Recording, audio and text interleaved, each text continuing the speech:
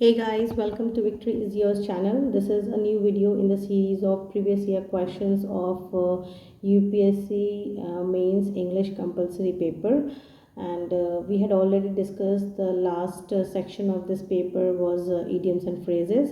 In the same series you can have it in the playlist, and here I come up with 4A. Okay, so rewrite the following sentences after making necessary corrections. ठीक है, तो इन sentences में कुछ corrections की गुंजाइश है, तो उसको correct करके लिखना है. अगर correction की ज़रूरत नहीं है तो आप उसको as it is छोड़ सकते हैं. Okay, so my sister prefers dogs than cats. It sounds correct but it is not. तो इसका आंसर करेक्ट होएगा my sister prefers dogs two cats. Okay, so here is the answer. नीचे मैंने लिखा हुआ है और उसको पिक क्लिक करके यहाँ पे अटैच किया हुआ है. So next is I don't approve to your smoking in public. तो इसका बनेगा I don't approve of your smoking in public. Then comes third वाला, one of my student has got the prestigious Commonwealth scholarship this year. So ये बिल्कुल correct statement है, as it is छोड़ देना है इसको. One of my student has got the prestigious Commonwealth scholarship this year, ये इसको आपको ऐसे ही रीराइट लिख देना है. ओके, आंसर शीट में. नेक्स्ट है the fresher the fruit the best it taste. तो यहाँ पे सेकंड, जब ये फ्रेशर जो है, फ्रेश का फ्रेशर है तो सेकंड डिग्री यूज़ हुआ है, तो यहाँ पर भी सेकंड सुपरलेटिव यूज़ होगा.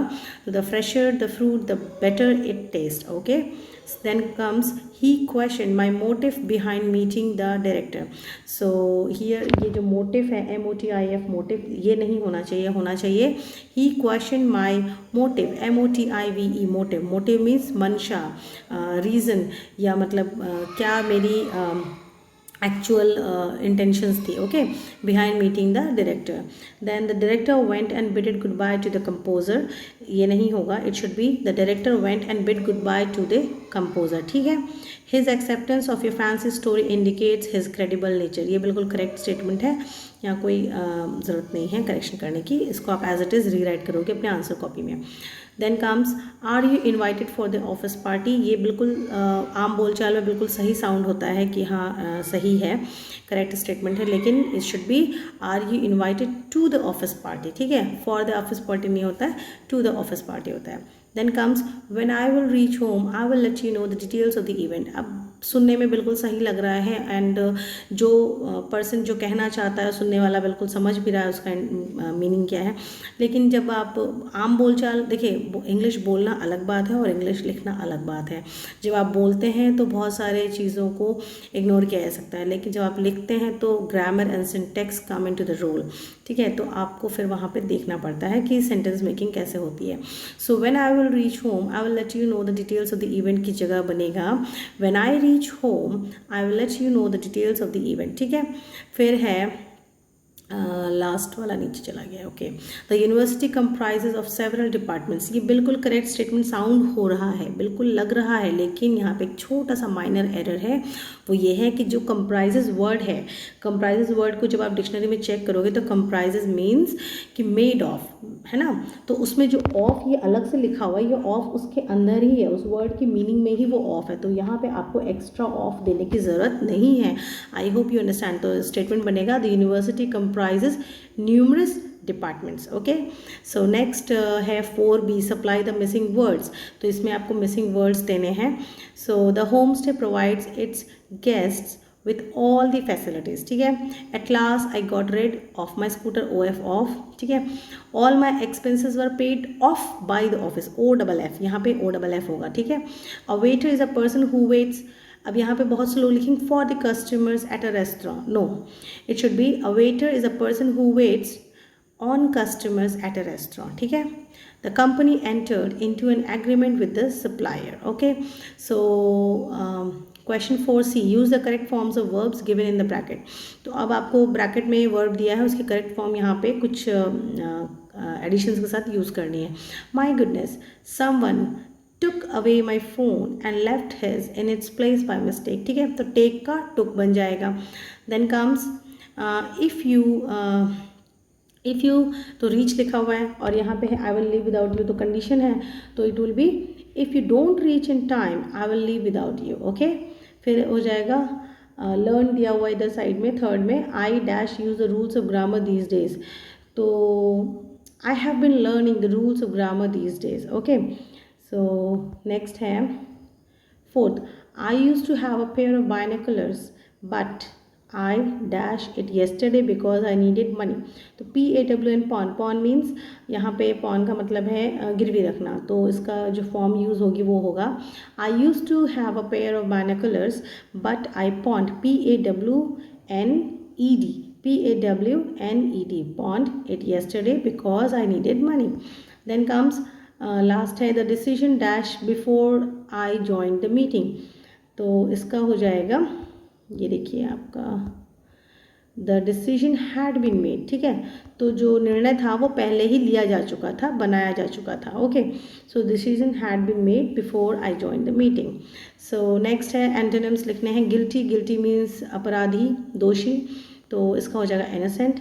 इम्पोवरिश मीन्स गरीब, तो यहाँ हो जाएगा रिच। अप्रूव मीन्स किसी चीज़ के अप्रूवल देना, एक्सेप्ट करना, तो यहाँ हो जाएगा रेफ्यूज़ल या रेफ्यूज़। देन एलिजिबल का इनएलिजिबल, स्कार्स मीन्स कमी, तो यहाँ हो जाएगा प्लेंटिफुल यानी बहुत सारा। Okay, so this is the solution over here, you can see yourself. Supply the missing words, मैंने यहाँ पे एक्चुअली इस सीरीज़ को लाने के लिए, इस वीडियो को लाने के लिए मुझे थोड़ा टाइम इसलिए लग गया बिकॉज मैं इसको थोड़ा और बेहतर तरीके से प्रेजेंट करने का सोच रही थी, but as you know I was also handling some other series and वो मुझे बहुत क्विकली करना था, and then there was a demand of some other series, तो वो भी मुझे करना था, and along with other things of my daily life. So इसलिए ये थोड़ा सा पीछे रह गया, एंड फिर मैंने सोचा नहीं, it's better late than never, मैं बस कर देती हूँ बिकॉज कंटेंट आप तक पहुँचना चाहिए, आपको समझ में आ जाएगी मेरी बात। You people are quite smart people, तो आप मेरी बात समझेंगे और मेरे साथ कदम से कदम मिला के हम लोग तैयारी करते रहेंगे। So with this I end this video, take your leave. Rest of the portion ये देखिए, क्वेश्चन 5B 5C, और इसके बाद हाँ okay done, 5C and D तो हो ही चुका है, ठीक है, तो ये रह जाते हैं, ये हम नेक्स्ट वीडियो में कवर करेंगे, है ना। Philanthropist, temperamental, sarcastically, device and preclude in the same manner. देखिए प्रिक्लूड ये वर्ड है, ये मैंने अपने word of the day series में ये वर्ड कवर किया, वहाँ देख लो, है ना, तो आपको मिल जाएगा। And that's it for today, and that's it for this video. Thank you so much. Do share, subscribe and comment below.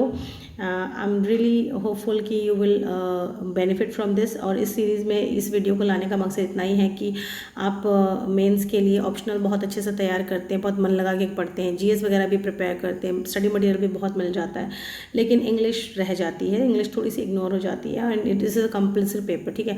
और ये छोटे छोटे, बहुत छोटे छोटे हैं, अगर आप थोड़ा सा भी 10 मिनट्स एवरी डे, अगर आप थोड़ा सा वोकैबुलरी, थोड़ा सा कुछ ग्रामर देखते चलेंगे, जस्ट 10 मिनट्स, ओनली 10 मिनट्स, एक टॉपिक आज पढ़ लिया 10 मिनट के लिए, एक टॉपिक कल पढ़ लिया, करते करते आप जब जितना 9-10 महीने का जो भी आपका शेड्यूल है पूरा प्रिपरेशन का, उतने में आप पूरी इंग्लिश अच्छे से कर लोगे अलॉन्ग विद, क्योंकि आप एडिटोरियल पढ़ ही रहे हो तो आपको ऐसे वगैरह की कोई ख़ास प्रॉब्लम होएगी नहीं। तो जब आप ये सब कर लेंगे तो आपका इंग्लिश साइड बाय साइड तैयार हो जाएगा, और ये बहुत इजी मार्क्स फैच करने का तरीका है। अदरवाइज़ बहुत आपने वहाँ बहुत अच्छे मार्क्स फैच भी किए, अगर इसमें बहुत अच्छे नहीं करे, आप सिर्फ एक ऐसे के भरोसे रह गए कि 600 वर्ड्स का जो है कैसे आता है 100 मार्क्स का, मैं उसमें बेस्ट परफॉर्म करूँ, तो आपको कितने मार्क्स मिल जाएंगे 100 वर्ड्स में।